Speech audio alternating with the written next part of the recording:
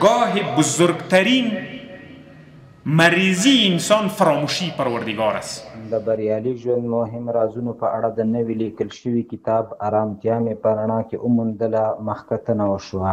دغه کتاب ځوان لیکوال ارواپوه ښاغلي احسان الله عزیزي په 4 مخونو کې په دري ژبه من آرامش خود را در نور یافتم لیکلی دی چې په نږدې راتلونکي کې به پښتو ژبې ته هم وژباړل شي.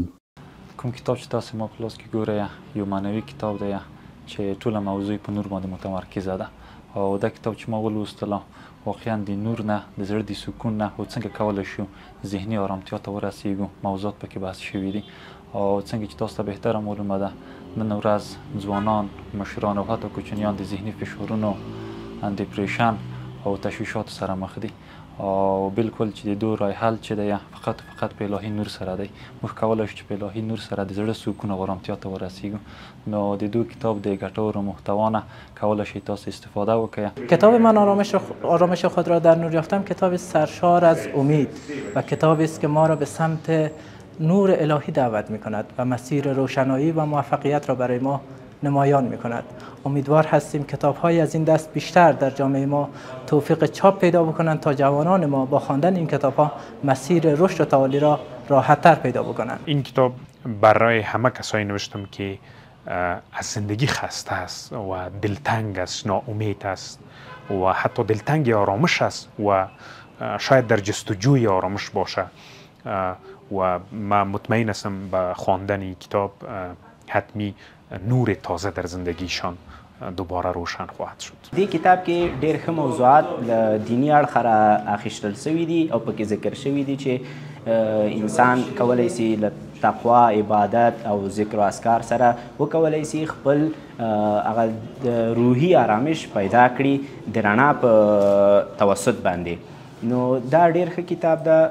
ځوانان دې دا کتاب مطالعه کړي، دا ځوانانو ته مرسته کوي او ډېر معلومات پکې راغونډ شوي دي. په دغه لیکل شوي اثر کې د یو مسلمان ځوان د نیک او انساني ژوند هغه 22 بریالي رازونه لیکل شوي چې انسان یې د الله تعالی په ذکر او عبادت کې ترلاسه کولی شي او له بې ځایه او منفي فکرونو څخه کولی شي ځان وژغوري او رښتینې رڼا او سکون ته ځان ورسوي. هغه څه چې د انسان روح ورته اړتیا لري که هغه یوازې په ذکر او عبادت کې ترلاسه کیدی شي. در این کتاب ما ذکر کردیم زمان انسان به موفقیت میرسه، زمان انسان تجربه میکنه که خودت باید به پای خودت استاد شوی، یعنی وابسته به هیچ برادرت نباشی، وابسته به هیچ کس نباشی. سلامتی یک نعمت بزرگ در زندگی است. اگر وجود سالم نداشته باشیم زندگی هیچ ارزشی ندارد. باید دقت کنیم که در طول روز چه اتفاقات مثبت برای ما رخ داده و از الله جل جلاله باید شکرگزار و سپاسگزار باشیم. د انسان آرامښت او سکون چې دی په مادیاتو په روزۍ او په دو پیسو کې نه دی. انسان چې دی واقعي سکون ته چې کله راسي هغه نور دی چې هغه کومه موضوع ده په دې کتاب کې تر ټولو ډېر تمرکز او توجه پرې شوې ده. کابل ښار کې په عرفان کتاب پلورنځي کې دغه کتاب مخکتنه وشوه چې یو شمېر ادب پالانو د پوهنتون محصلینو او لیکوالانو پکې ګډون کړی و. د مراسمو ویناوالو وویل چې ځوانانو ته د سالم اسلامي روحیې ورکولو په برخه کې د ښاغلي عزیزي دغه نوی لیکل شوی کتاب ډېر ګټور ثابتېدلی شي او هغه ځوانان چې د ټولنیزو ناخوالو او د ژوند له کړاوونو څخه ناارامه شوي دي هغوی یې مطالعه کړي او د ذهني آرامتیا اصلي لاملونه دې وپېژني. این اثر گفتمان است علیه اضطراب، علیه از خود بیگانگی و برای دعوت دوباره به صلح درونی. و در پایان این جمله کوتاه اما عمیق از دل همین کتاب را برایتان زمزمه می کنم. گاهی فقط کافی است چشم ببندید تا نور را ببینید.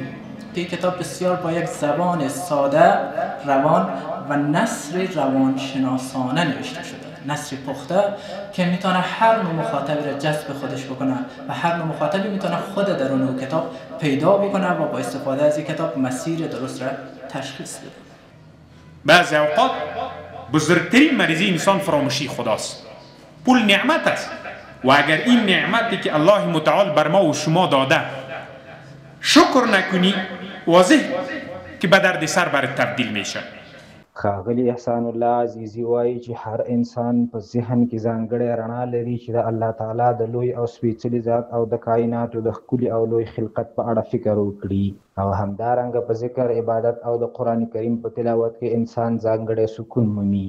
نوموړي له ځوانانو غوښتنه کوي دغه نوی لیکل شوی کتاب او نور بېلابېل علمي او معلوماتي کتابونه مطالعه کړي ترڅو د اسلامي او انساني ژوند غوره کړنلارې وپېژني او د خپل ځان او ټولنې لپاره د ګټور فعالیتونه ترسره کړي.